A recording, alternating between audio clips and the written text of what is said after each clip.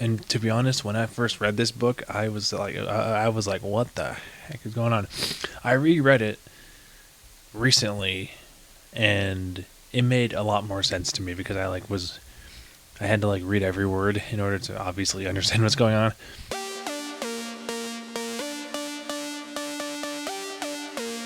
Welcome back to the Junior Mints Podcast. I'm your host, Finn Lawler. This is episode 87 of the Junior Mints Podcast. On this episode, I will be talking about Harry Potter and, I don't know why I said it like that, but Harry Potter and the Cursed Child. So, this book, I know this book came out like 6 years ago, but I read it somewhat recently and it was pretty good. I actually really enjoyed it. Let's see. So, The Cursed Child is basically the 8th book of the Harry Potter franchise, I guess you could call it. And it was written as like a screenplay play format with just characters and dialogue and all that. It wasn't like a wall of like text or anything. Text of words. And I actually really liked the format because for me personally, I'm not much of a reader, but it was easier for me to read. So, that part made reading that book way more bearable than if it was just like a regular format of the other books. You know what I'm saying?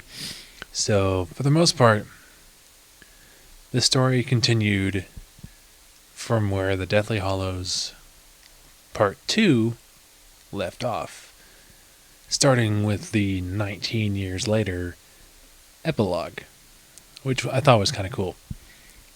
Aside from the main Harry Potter cast, there are 2 main characters of this book. Character number 1, Albus Severus Potter, and character number 2, Scorpius Malfoy. Now, I will say, spoiler alert, in case you guys have not read The Cursed Child, which I think everyone should read that book at some point. It's very good. I think it's pretty good. For what it is, it's pretty good. So, one of the side, I guess, problems in this story was that everyone assumed that Scorpius, aka Draco Malfoy's son, was the child of Voldemort, even though he was not. It's later revealed in the story. So, which brings me to the main story of this entire book.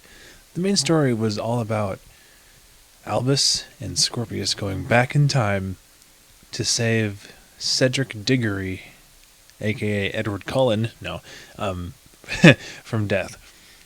Because apparently Cedric's father, Amos Diggory, was just kind of like, yeah, I don't like how my son is dead and I'm still around. It's like, okay, come on. Anyway, so the main story, alternatively, when Albus and Scorpius did go back in time to save Cedric, they basically messed up the fabric of time and space. And you know who you can blame for that? You can blame those gosh darn time turners. Those darn things are just messing everything up. Which brings me to the main villain of this story. Delphi. Spelled Delphi. Who turned out to be the daughter of Voldemort. Shocker, right? No, come on. I mean, if it's not Scorpius, then who the crap is it, you know? So, there's lots of time travel in this book. Some may find it hard to keep up. And to be honest, when I first read this book, I was like, what the heck is going on? I reread it recently, and it made a lot more sense to me because I had to read every word in order to obviously understand what's going on. So it's a pretty good read. I suggest reading it twice to kind of get the full idea of the story, So, overall, I would rate this story a 7 out of 10. Like there were some things I'm just like, okay, what are we doing with this story? And I won't spoil everything. However, I know there are some people who loved this story, and I know people who were just kind of like, this story sucked. My suggestion for you is feel free to read the book if you want, and then you can decide if you like it or not. And obviously that's a basic principle for everything ever. So that leads me to my question for you guys. Do you guys prefer the Harry Potter movies, or do you guys prefer the books? Feel free to comment down below if you want. Anyway, this has been episode 87 of the Junior Mints podcast. Thank you guys so much for watching and listening.